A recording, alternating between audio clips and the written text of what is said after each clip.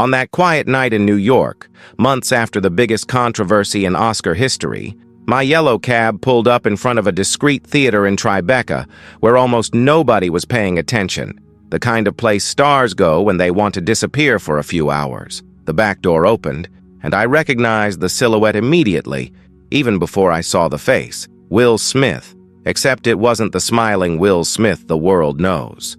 It was a man wrapped in a hoodie covering his head, wearing sunglasses even though it was almost midnight, hands shaking slightly as he held a cell phone that he turned off as soon as he got in the car. Amidst the heavy silence of Manhattan and the muffled sound of rain starting to hit the empty streets, he took off the glasses, stared into the void ahead, and let out a sentence that no public apology letter, no social media video, no choreographed interview had managed to capture.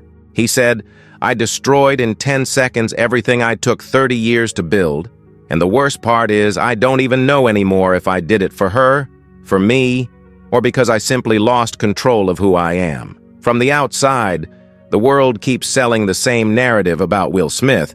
The guy who slapped Chris Rock at the Oscars turned into the villain of the story, canceled, forgotten, punished as he should be.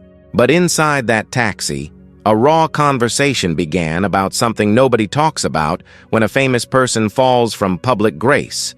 The regret that doesn't fit into a performative apology, the brutal loneliness of being abandoned by people you thought were real friends, and the terrifying discovery that some doors will simply never open again, no matter how much you truly change. And if you listen to this story until the end, you're going to discover that it isn't just about a slap at the Oscars.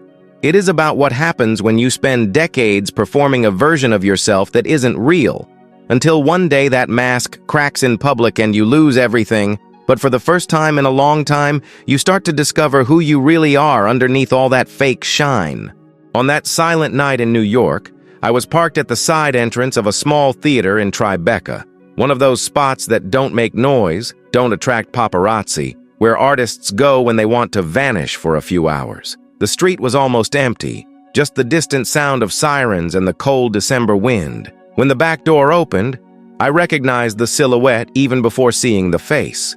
Will Smith, but not the usual smiling Will Smith. It was a man with a hoodie covering his head, dark glasses, despite it being nearly midnight, hands stuffed in the pockets of a black coat with no brand, no flash, nothing to draw attention. He looked both ways down the street before getting in, like someone running from something invisible. He opened the back door slowly, got in without making a sound, and threw himself onto the seat. The second the door closed, his body collapsed.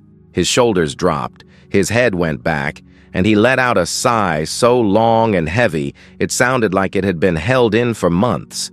He took off the dark glasses with slightly trembling hands, and for the first time, I saw his face without a filter. Deep bags under his eyes, stubble, eyes red not from crying, but from nights without sleeping right. He had a special guest badge still hanging from his coat pocket, forgotten there like someone who left in a hurry. There was no smile. There was no wave. There was none of the energy the whole world associates with the name Will Smith. The most impressive thing is that, even being one of the most famous stars on the planet, he carried something I had already seen in hundreds of people who get into my cab, that deep exhaustion of someone tired of carrying a public weight. You know when you spend months being judged, commented on, canceled, dissected on every social network, talk show, and newspaper in the world, and when you finally get alone in a small space, your body just gives up pretending it can handle it? It was exactly that. He stayed there for a few seconds, just breathing, staring at the ceiling of the car, as if he was trying to remember what it was like to exist without being watched, without being measured, without being condemned every second. I asked for the address in a low tone, respecting his silence. He took a few seconds to answer. "Anywhere far from here," he said, his voice raspy, almost inaudible. "Can you drive around a bit? I just need a place where nobody sees me." I pulled off slowly, letting Manhattan start to bleed in through the foggy windows. The city at night has this weird effect. Millions of lights, giant buildings, constant movement, but at the same time a loneliness that only people who have walked these streets in the early hours truly know.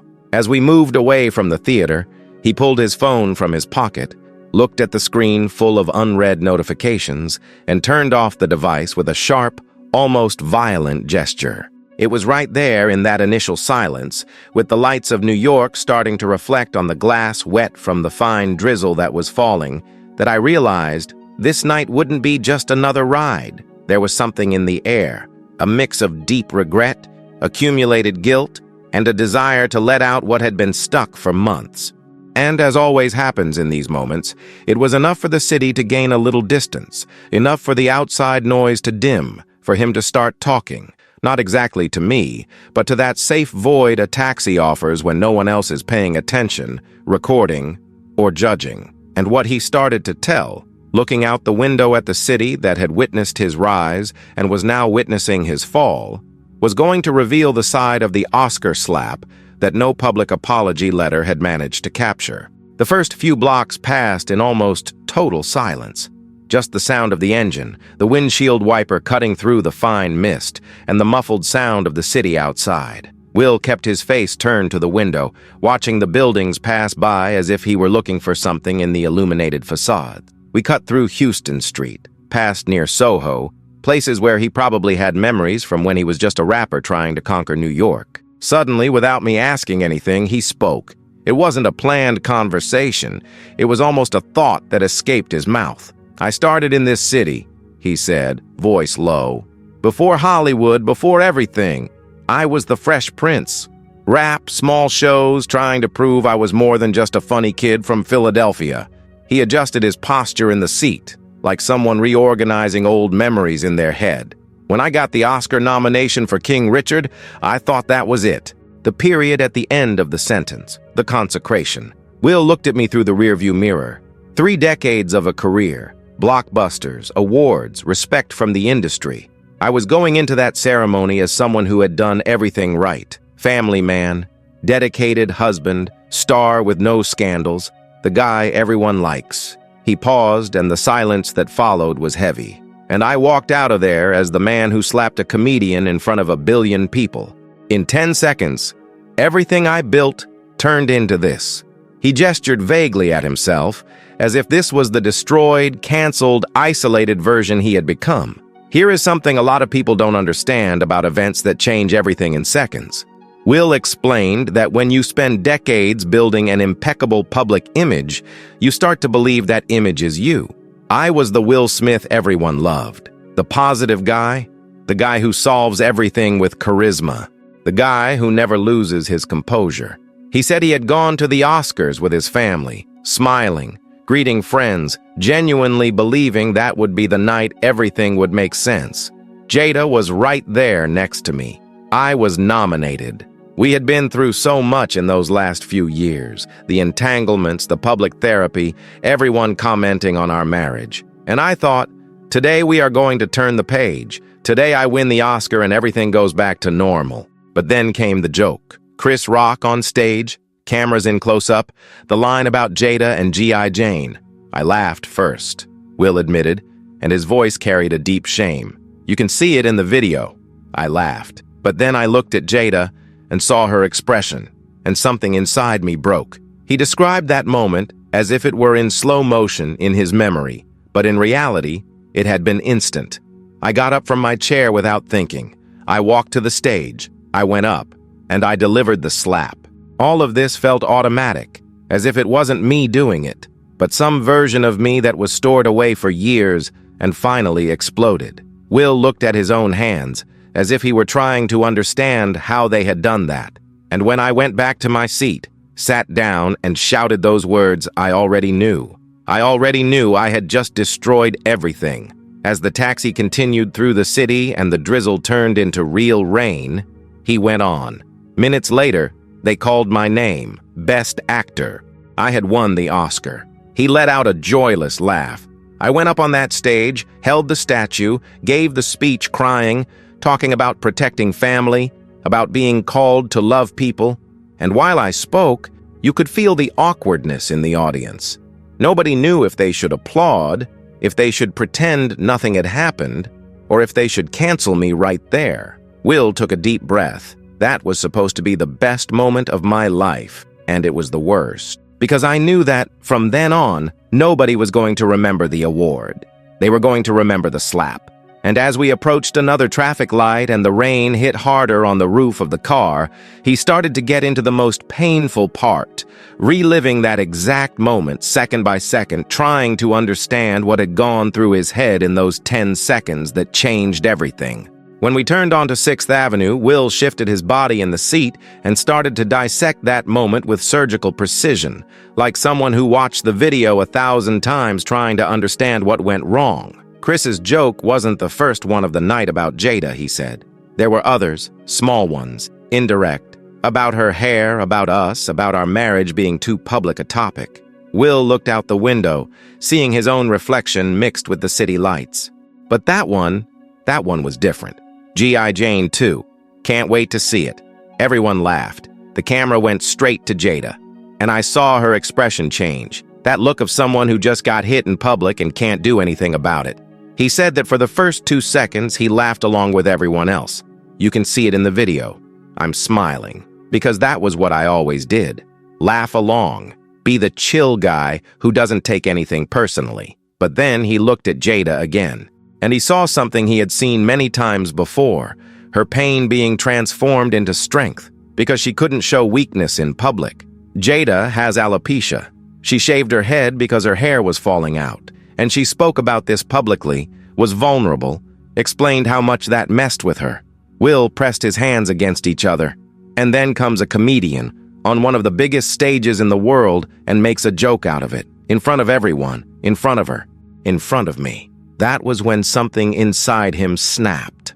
I didn't think. I didn't calculate. I didn't weigh the consequences. He described how he got up from the chair almost automatically, as if his body had made the decision before his brain processed it. The walk to the stage seemed eternal in my head, but in the video, it lasts about 5 seconds. I was going up those steps, and even in that moment, a part of me was screaming, "Stop! Go back! You're at the Oscars! The whole world is watching." But the other part, the part that had swallowed jokes, comments, public humiliations about his marriage for years, that part was in control. And when I got close to Chris, I just acted. The slap came out. The sound echoed through the whole theater. And for a second, everything stopped. He remembered the silence that came after. Chris stood still, in shock. The audience didn't know if that was scripted or real. I went back to my seat, sat down, and that was when I shouted those words. Will didn't repeat the words. He didn't need to. The whole world knew them by heart.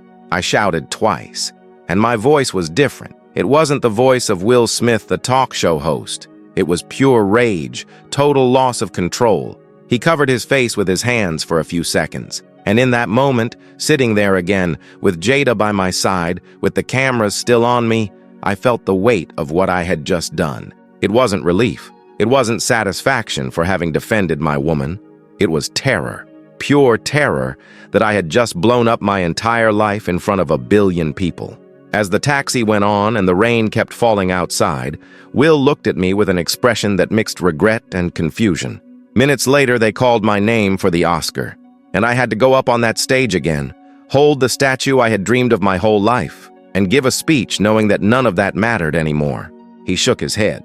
I spoke about love, about protecting family, about being a vessel for the universe, and every word coming out of my mouth sounded hollow, because I knew, from here on out, nobody is going to remember the award. Nobody is going to remember the movie.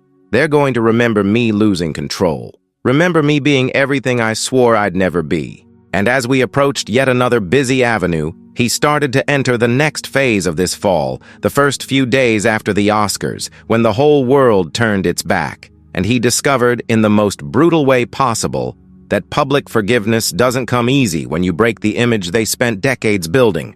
When we crossed Times Square, with all those giant screens illuminating the falling rain, Will started talking about the days following the Oscars with the tone of someone still processing the trauma. The first thing that happened was the silence, he said, like literal silence. I left the theater, got in the car, and my phone was already blowing up. But it wasn't calls congratulating me on the Oscar.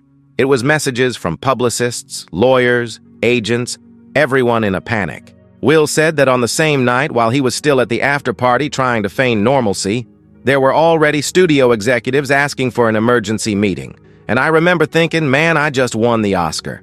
Can't I even celebrate for one day? But, as he found out in the following hours, he couldn't. Because the slap hadn't just been a moment of uncontrolled anger, it had been a breach of a social contract that Hollywood never forgives. He described the Monday after the Oscars as the beginning of the free fall. My phone rang non-stop, but it wasn't friends calling. It was brands wanting to reevaluate partnerships. Studios indefinitely postponing projects I had signed. Will imitated the polite corporate tone that hid the guillotine. Nobody said, "You're canceled." They said, "Let's give it some time for the dust to settle." But I knew what that meant. It means you have become toxic. You are no longer profitable. You broke the most important rule of Hollywood. Always be controlled, always be palatable, always be safe. He said that in a matter of days, he lost contracts worth tens of millions. Fast and Loose from Netflix canceled. Bad Boys 4, frozen. Projects I had developed for years simply evaporated. But what hurt the most weren't the contracts. It was the silence of the friends. Denzel Washington came to talk to me right after the slap, backstage, Will remembered. He hugged me, talked about the devil coming to get you at your highest moment, advised me not to let that destroy me. Will's voice got lower. But after, nothing. No calls, no messages. And I understand, you know. He has his career. He can't associate with someone who just became a pariah. Will listed other names without explicitly saying who, but making it clear they were people he considered close. Actors who worked with me, directors who called me brother, producers who owed their careers to projects I carried. Everyone vanished. Or worse, they went out publicly defending Chris Rock as if they needed to make clear which side they were on. Here is a brutal lesson on how loyalty works in competitive environments. Will explained that he discovered the hard way that friendship in Hollywood is often transactional. When you are the guy everyone wants around, who generates money, who brings prestige, you have millions of friends. But when you become a problem, when associating with you can stain someone's image, those friends evaporate overnight. He compared it with situations any person might live through. The co-worker who ignores you after you get fired, the friend who disappears when you go through a financial crisis, the family that pulls away when you make a choice they disapprove of. The difference is that in my case, it happened on a global scale, with the whole world watching, and with every movement being documented by TMZ. As the taxi continued, and the rain began to ease up outside, Will spoke about the moment the Academy asked for his resignation. They didn't expel me. They let me resign voluntarily. He made air quotes, as if I had a choice. The statement was polite, thanking me for my contributions, wishing me the best. But the message was clear. You are no longer welcome here. Will looked at his own hands, and that was when it really hit. I had spent decades building this image of the perfect guy, trustworthy, an example, and it took 1 second, literally 1 second, for everything to collapse. Because deep down, the industry never saw me as human. It saw me as a product, and defective products get discarded. And as we approached another traffic light, he started to enter an even deeper layer, the realization that the good guy image that had made him famous had also been a prison he had just escaped from in the worst way possible. The taxi turned left, entering a quieter street near Central Park, and Will continued speaking, now in a more reflective tone. "Do you know how many years I spent being the nice guy?" he asked, without expecting an answer. "Since I got on Fresh Prince of Bel-Air at 21 years old. Before that, in rap, I was the MC who didn't curse, who didn't get into beefs, who made music for the family to listen to together." Will shook his head, and Hollywood loved that. Loved that I was safe, that parents could take their kids to see my movies, that I never appeared in a scandal, that I was the Will Smith everyone could like without guilt. He paused, but nobody asked me if I wanted to be that all the time. Nobody asked if there was a real Will Smith underneath the marketing image. He described decades carefully constructing this persona. I was the perfect family man, posted photos with the kids, talked about fatherhood in interviews, became an example of how to raise children in Hollywood. His voice took on a bitter tone. Dedicated husband, even when my marriage was crumbling on the inside. Star without scandal, even when I felt like exploding on set, telling everyone to go to hell, being a human imperfect like anyone else. Will said that, over time, that image stopped being a choice and became an obligation, because when you build a public brand that strong, you become a prisoner of it. Any deviation becomes a headline. Any moment of weakness becomes proof that you are a fraud. Here is a truth that applies far beyond celebrities. When you spend years being the reliable person at work, in the family, in the group of friends, you become a slave to that expectation. Will explained that he felt this in every public interaction. I couldn't be in a bad mood at a restaurant because someone would take a picture and say I was arrogant. I couldn't refuse an autograph because it would turn into Will Smith is rude to fans. I couldn't have a strong political opinion because half the audience would cancel me. He compared it to regular people who live smaller versions of this. The employee who always says yes and can't refuse an extra task without being seen as lazy. The mother who is always strong and can't have a breakdown day without being judged. The friend who always solves others' problems and can't ask for help without disappointing. He told of specific moments where he felt the weight of this prison. There was a time I wanted to do darker roles, broken characters, anti-heroes. And my agent would say, "Will, that's not you. The audience loves you as the hero. Don't ruin that." Will imitated the paternalistic tone. Like, I couldn't even choose my own roles without having to think, is this going to maintain the image? Is this going to please the fan base? Is this going to sell tickets for the dad taking his son? And over time, he stopped trying. He accepted being the safe, marketable, predictable version of himself. Because it was easier. Because it paid well. Because everyone was happy, except me. As the taxi continued and the city started getting quieter outside, Will adjusted his posture and said something that clearly came from years of unresolved therapy. The slap wasn't just about Chris Rock's joke. It was about 30 years of swallowing anger, frustration, humiliation. It was about pretending everything was okay when my marriage became a public joke. It was about smiling in interviews while inside I was screaming. He looked at me. And in that second at the Oscars, when I went up on stage and gave that slap, it wasn't defense of Jada. It was an explosion. It was the version of me that I had locked away my whole life, finally getting out of the cage. And the price of that was losing everything. And as we approached another part of the city, he began to enter an even more intimate and painful layer. The marriage with Jada. The entanglements, the public therapy, and how defending her honor became fuel for a rage he had been swallowing for years. When we got near the Hudson River, with the dark water reflecting the city lights, Will took a deep breath before entering territory that was clearly painful. "Do you want to know the truth about my marriage?" he asked, without waiting for an answer.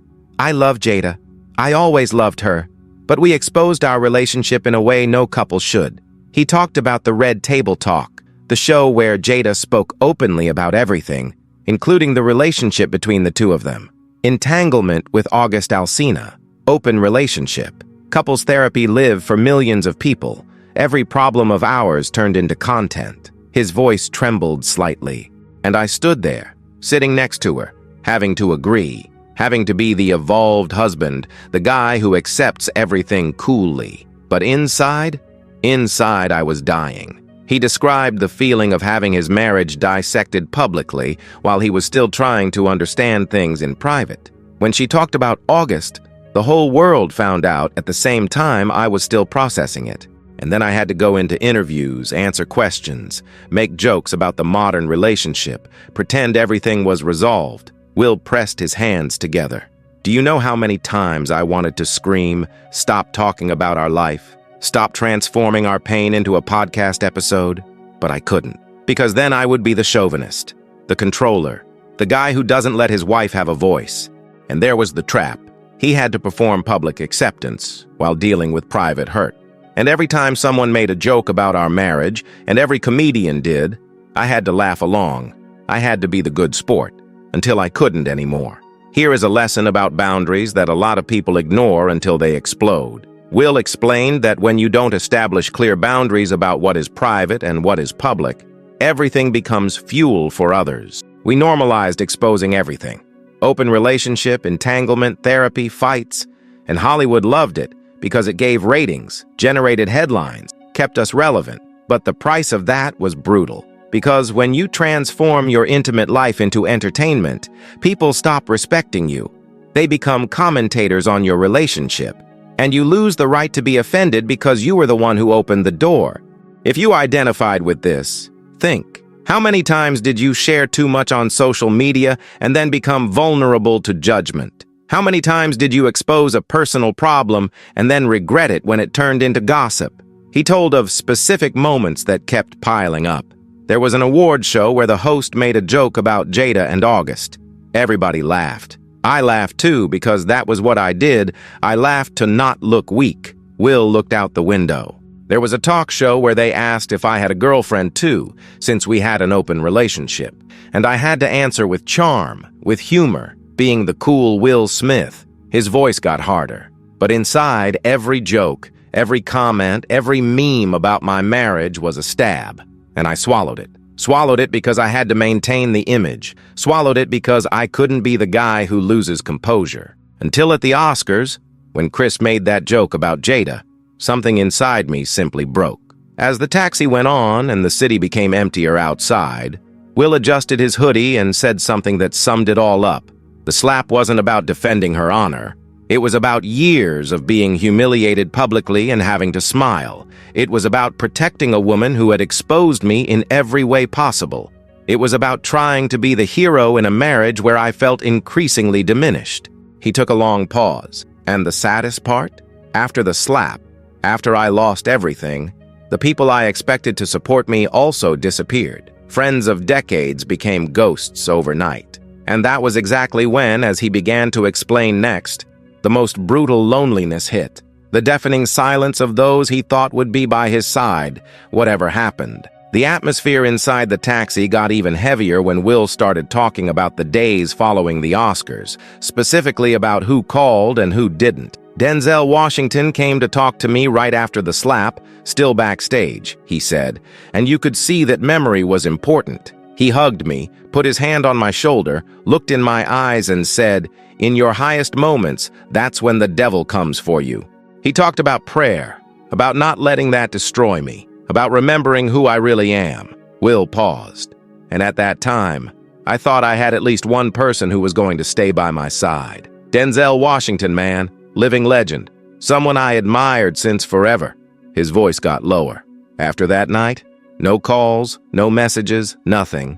And I understand, you know. He has his reputation. He can't associate with someone who just became the villain of the story. He started to list, without giving specific names, but making it clear, other friends who vanished. Actors I worked with on 5, 6 movies. Guys who spent Christmas at my house. Directors who called me just to talk about life, about fatherhood, about career. Will looked at his own hands. Everyone disappeared. Or worse, I saw some of them giving interviews, being asked about the slap, and clearly distancing themselves. Look, I respect Will, but what he did was unacceptable. As if they needed to make it public for everyone to see that they weren't like me, that they were on the side of good. He let out a bitter laugh. There was a guy who posted on social media defending Chris Rock, people who had never spoken to Chris in their life but suddenly were his best friend. Just to make it clear, I am not with Will Smith on this. Here is a brutal truth about loyalty that any person can recognize. Will explained that he discovered the hard way who really was a friend and who was just a colleague of convenience. When you're at the top, everyone wants your friendship. They call you, invite you to dinner, include you in everything. But when you fall, when you become a problem, those people evaporate. He compared it to situations anyone has lived through, the friend who vanishes when you lose your job, the relative who pulls away when you go through financial crisis, the colleague who ignores you after you make a public mistake. The difference is that in my case it happened on a global scale, and every person who pulled away left a digital footprint, unfollows on Instagram, vague posts about violence never being the answer, interviews where they talked about me without saying my name.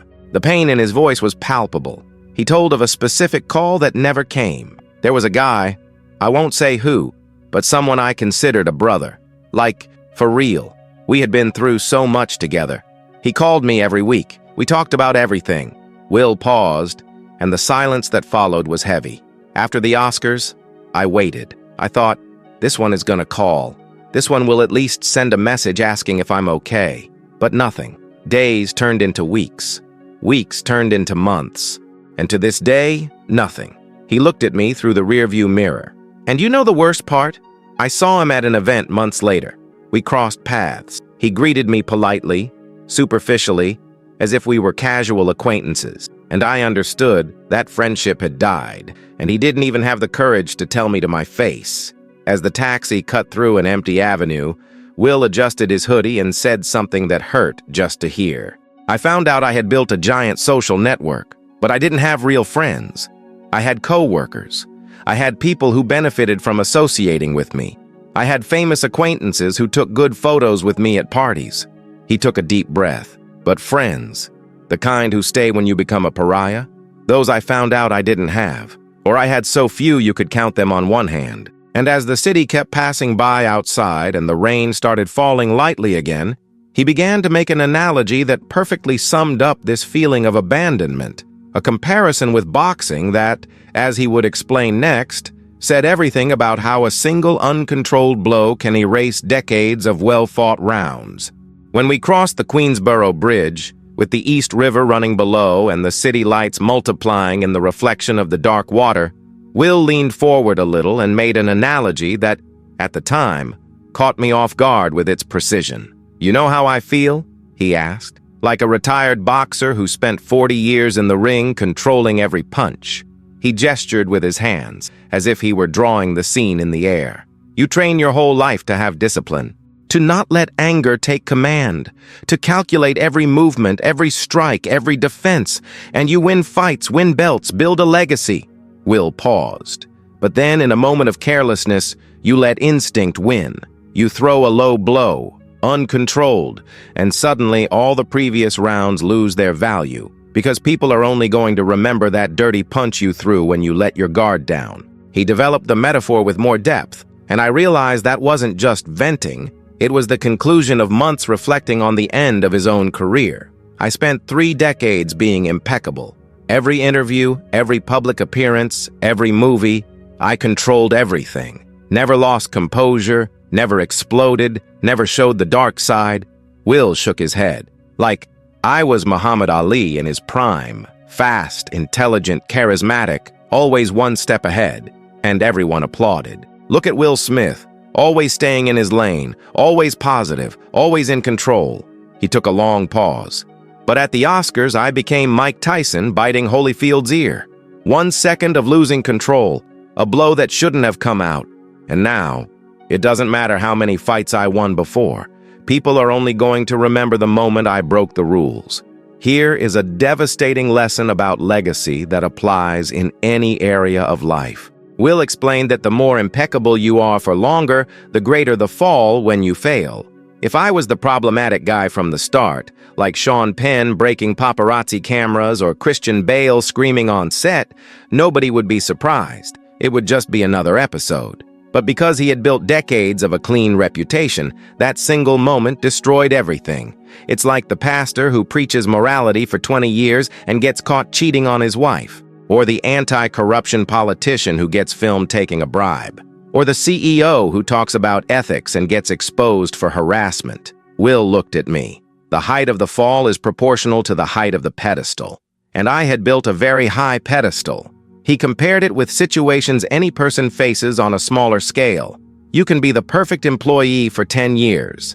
Never late, never mistake, always deliver. But then you make a big mistake at a crucial time in front of the important client, and suddenly the 10 years of competence don't matter. You become the guy who failed on that project. Will gestured with frustration. Or you are the present father for 15 years. But in a moment of anger, you yell something that hurts your child deeply. And that is going to stay in their memory forever, erasing years of dedication. He took a deep breath. Is it unfair? It is. But it's real. Because people don't remember the average. They remember the peaks and mainly the valleys. As the taxi headed back to Manhattan and the rain started falling harder outside, Will adjusted his posture and said something that sounded like surrender. I tried to explain this in the following weeks. I tried to say, look at my whole career. Look at everything I built. Look how many times I was an example. One mistake can't erase 3 decades, can it? His voice trembled slightly. But it can. It really can. Because in the end, legacy is fragile. Reputation is glass. And when it breaks, there is no way to glue it back the way it was. He looked out the window, seeing his own image reflected in the wet glass. I am the boxer who threw the dirty punch. And it doesn't matter how many rounds I won before. This is the punch that is going to be on my tombstone.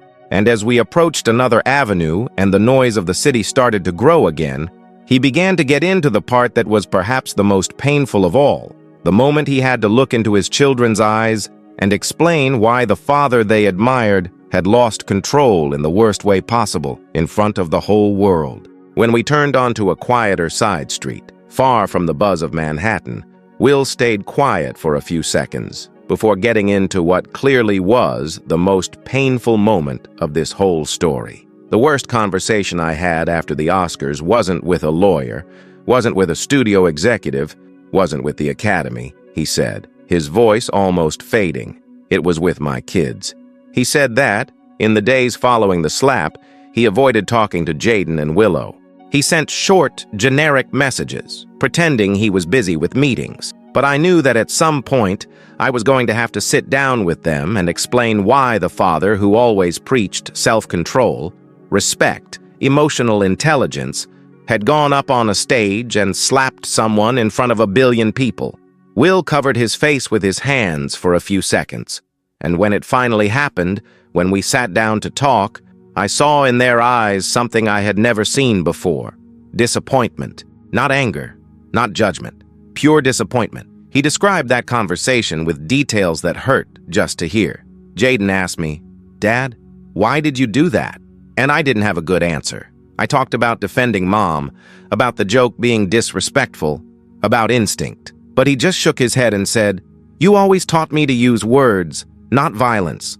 You always said a real man controls his anger. And then you do this?" Will took a deep breath, trembling. And I realized I hadn't just broken my public image. I had broken the image my own children had of me.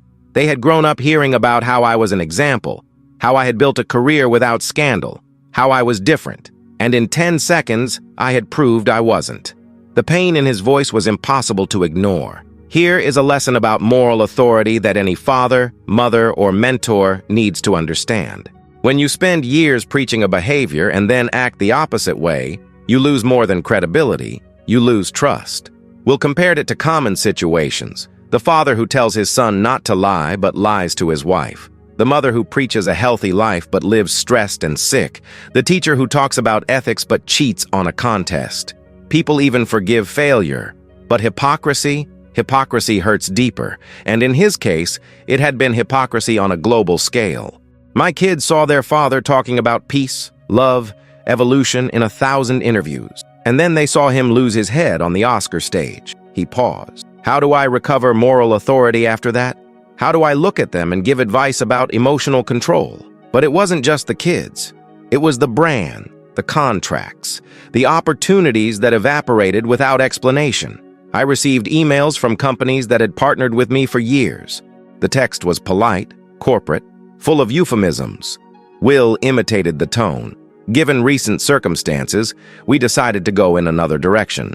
Translation, you turned toxic. We don't want our name associated with yours anymore. He listed some of the losses.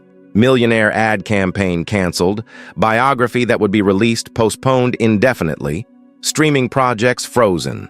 Every cancellation was like one more door slamming in my face. And the worst is that I couldn't even complain, because I knew it had been my fault. There was nobody to blame. There was no way to throw the responsibility on a manager, on a publicist, on bad timing.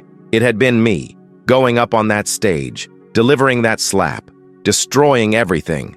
As the taxi went slowly and the city outside seemed increasingly distant, Will told of the moment that might have been the most brutal of all. There was a night, alone in the hotel, that I watched the video of the slap for the 100th time. He described the scene, dark room, laptop open, the video playing on a loop. I paused at the exact moment I get up from the chair and kept looking at the expression on my face, trying to understand, who is that man?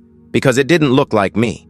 It looked like someone possessed, out of control, completely beside himself. Will shook his head, and then I realized that was always me, just hidden, repressed, locked in a cage for decades. And at the Oscars, the cage opened, and the monster came out. And as we approached one more traffic light, and the silence inside the car got almost unbearable, he began to enter a crucial turning point.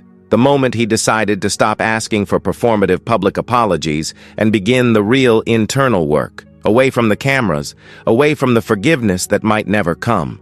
The taxi passed by an empty square, one of those that by day are full of people but in the early hours look like an abandoned set, and Will started talking about a decision he said was the most important since the Oscars. About 3 weeks after the slap, my PR team set up a crisis meeting, he said. There were marketers, lawyers, image management specialists, everyone with spreadsheets and strategy. Will imitated their corporate tone. Will, you need to do an apology tour. Go on Jimmy Kimmel, cry a little, tell how you regret it. Go on Oprah, open your heart. Post a video on social media asking for forgiveness again, but this time more human, more broken.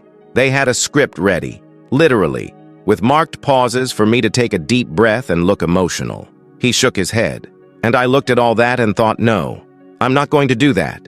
He explained that refusal caught everyone by surprise. They thought I had gone crazy. Will, you need to win back the public. Need to show that you changed. Need to perform regret until people accept you back. His voice got firm, and I said, I'm not going to perform anything, because that was exactly what brought me here. Decades performing the Will Smith everyone wanted, performing the good guy, performing the evolved husband, performing the perfect father. And look where that got me, to a public collapse at the Oscars. Will adjusted his hoodie. So I decided, if I'm going to rebuild anything, it's going to be real. It won't be to please a publicist. It won't be to get back to being profitable. It will be so I can look in the mirror again. Here is a powerful lesson about the difference between real change and performative change. Will said he cut ties with any project that wanted to exploit the controversy. They offered me a documentary on Netflix about the redemption journey of Will Smith. Absurd money, famous director. They were going to put me in therapy live, showing my healing process, transforming regret into entertainment. He let out a humorless laugh, and I refused, because it wasn't about real healing. It was about selling a redemption narrative for the public to consume, like a gospel reality show where the guy converts but is just doing marketing. If you've ever seen people apologizing on social media after a controversy, but clearly just wanting to save their image, you understand what he was talking about. Real regret happens away from the cameras. Real change is silent, slow, and doesn't get ratings.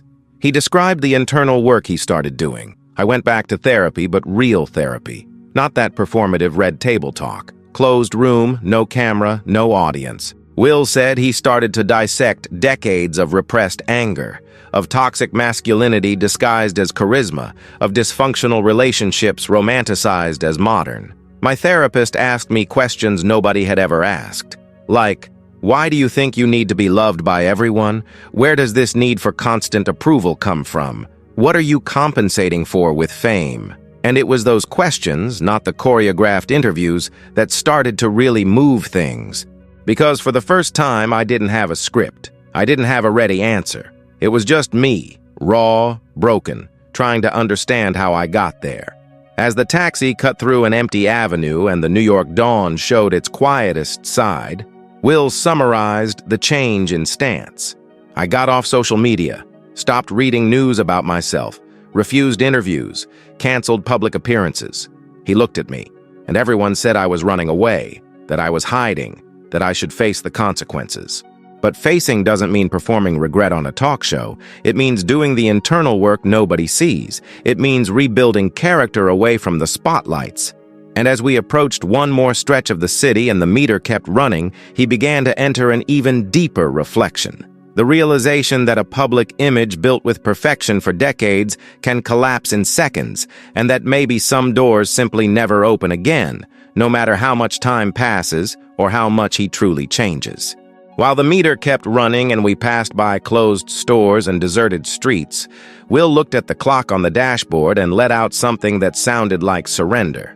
"You know what the hardest lesson of all this was?" he asked. "Realizing that you can spend 30 years building an impeccable reputation brick by brick and tear it all down in 10 seconds. Literally 10 seconds. He tapped lightly on the window as if he were counting. The time between me getting up from the chair and going back to my seat was that. 10 seconds. And in that time, I destroyed 3 decades of career, of respect, of legacy." His voice was calm, but carried an enormous weight. And there is no Krolzi. There is no undo.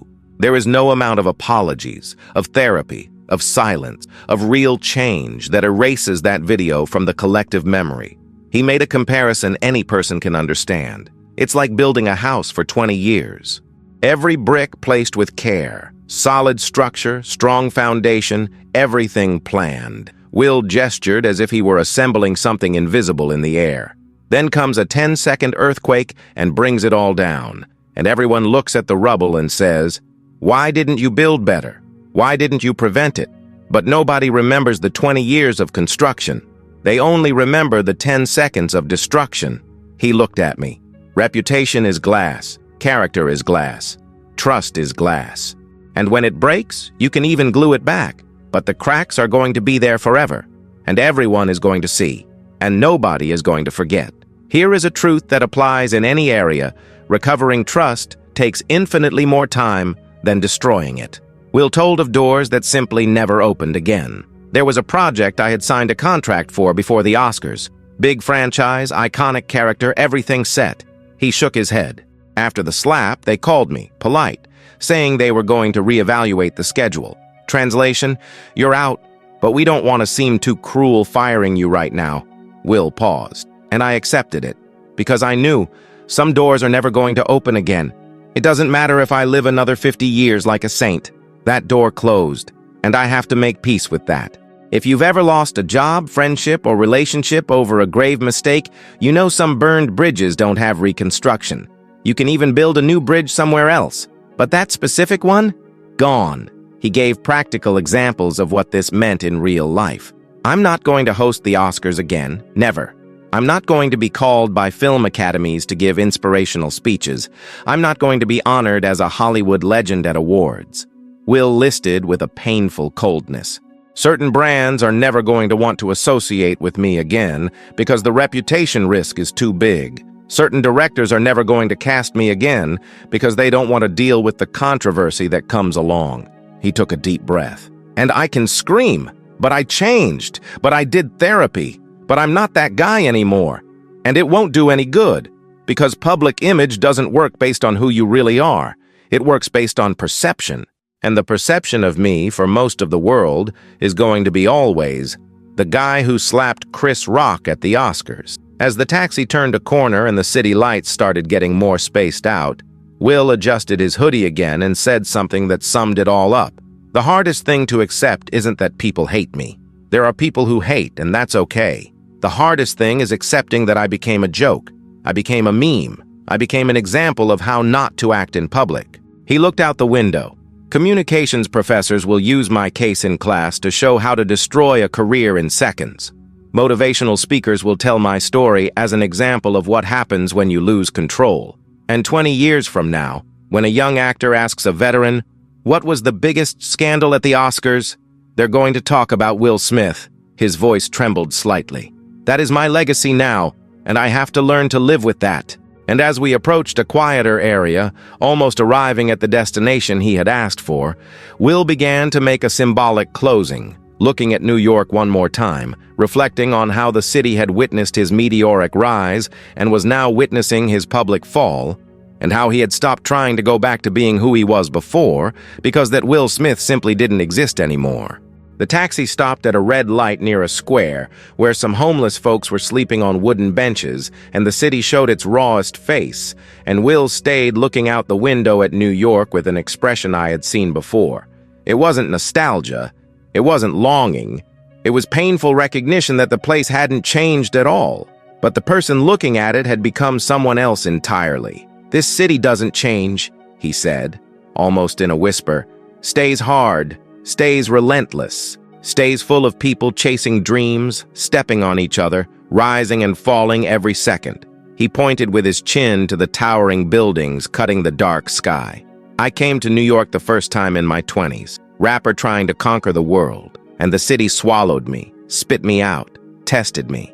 But I survived, became a star, built an empire." His voice took on a heavier tone. "And now I'm here again, except this time, not as a conqueror, as a refugee of my own life." He adjusted his posture in the seat, like someone organizing a thought difficult to verbalize. "In the first few months after the Oscars, I tried to go back to being who I was before," Will admitted. "I tried to recover that energy, that charisma, that Will Smith everyone loved. I forced a smile in meetings, tried to make jokes on calls with managers, posted positive photos on Instagram as if nothing had changed." He shook his head, but it was a lie. It was a performance. And I felt it. Everyone felt it. Because that Will Smith had died that night at the Oscars. And trying to resurrect him was like trying to wear clothes from when you were 20. They don't fit anymore, they don't work anymore. And you just look ridiculous trying to force it. Here is a truth that is liberating and terrifying at the same time. Sometimes the only way to move forward is to accept that the old version of you died. Will compared it to situations any person can live through. When you lose a job that defined your identity for years, you don't go back to being who you were before. When you end a marriage of decades, you don't recover the person who was at the altar. When you make an irreversible public mistake, you don't erase it and go back to the moment before the screw-up. He looked at me. You become another person, and you can fight against it. You can pretend you didn't change. You can waste energy trying to be who you were. Or you can accept that version died. And now you have to discover who this new version is, even if it is more broken, more limited, more real. He told of the exact moment he accepted this. "I was alone in a hotel room somewhere in Europe, running from New York, running from Los Angeles, running from myself." Will described the scene, early morning, total silence. Him sitting on the edge of the bed looking at the mirror, and I saw a man in his 50s, tired, scared, not knowing who he was without the armor of Will Smith global star. And I spoke out loud, alone in that room, "You aren't that guy anymore, and you're never going to be again, so stop trying." And it was liberating and terrifying at the same time, because it meant accepting that I had lost something I was never going to get back. But it also meant stopping carrying the impossible weight of pretending everything was okay. As the taxi shifted into first gear again, and we went slowly through the empty streets, approaching the hotel where he was going to spend the night, Will looked at New York one last time through the window. The city stays relentless, stays testing, stays taking down whoever thinks they're at the top. He smiled without joy, but I stopped fighting against it. Stopped trying to go back to being the Fresh Prince, or the blockbuster star, or the guy everyone loves. Now I'm just Will, a guy who made a giant mistake, who lost almost everything, who is trying to rebuild something without an instruction manual. He turned his face in my direction. "And you know something? It's the first time in decades that I feel like I'm really living, not performing, not pretending, just living with the consequences of what I did. And that, as painful as it is more honest than any role I ever played." And as we turned the last corner before the final destination, with the New York dawn witnessing one more story of a fall and an attempt at reconstruction, it became clear that conversation had been more than venting. It had been a farewell to a version of himself that was never coming back, and a scary acceptance that sometimes starting over means becoming someone completely different from who you always believed you were. The taxi stopped in front of the hotel, but before getting out, Will stayed still for a few seconds, looking out the window at the city that had witnessed his rise and his fall. When he finally opened the door and put his feet on the sidewalk wet from the rain, he wasn't the destroyed man who had entered through the back door of the theater hours ago. The hoodie still covered his face, the sunglasses went back in place, but there was something different in the way he walked. It wasn't a desperate escape anymore. It was the heavy acceptance of someone who is learning to carry the weight of public regret without destroying himself on the inside. And as he walked away toward the hotel entrance, a question hung in the air of the New York dawn. At what moment of your life did you also act on impulse, destroy something important in seconds, and now need to decide if you are going to spend the rest of your days asking for performative forgiveness, or if you are going to rebuild in silence, away from the cameras, away from the external validation that might never come? This conversation invites you to look at your own emotional slaps, those moments where you lost control, hurt someone you loved, broke trust that took years to build, and now carry guilt that paralyzes instead of transforms. What are the doors you need to accept will never open again? What old versions of you need to die so that you can rebuild something real? And most importantly, are you willing to do the internal work nobody sees, instead of performing change just to win back external approval? If this story moved you, subscribe to the channel for more real conversations about falling, regret, and reconstruction that the media doesn't show.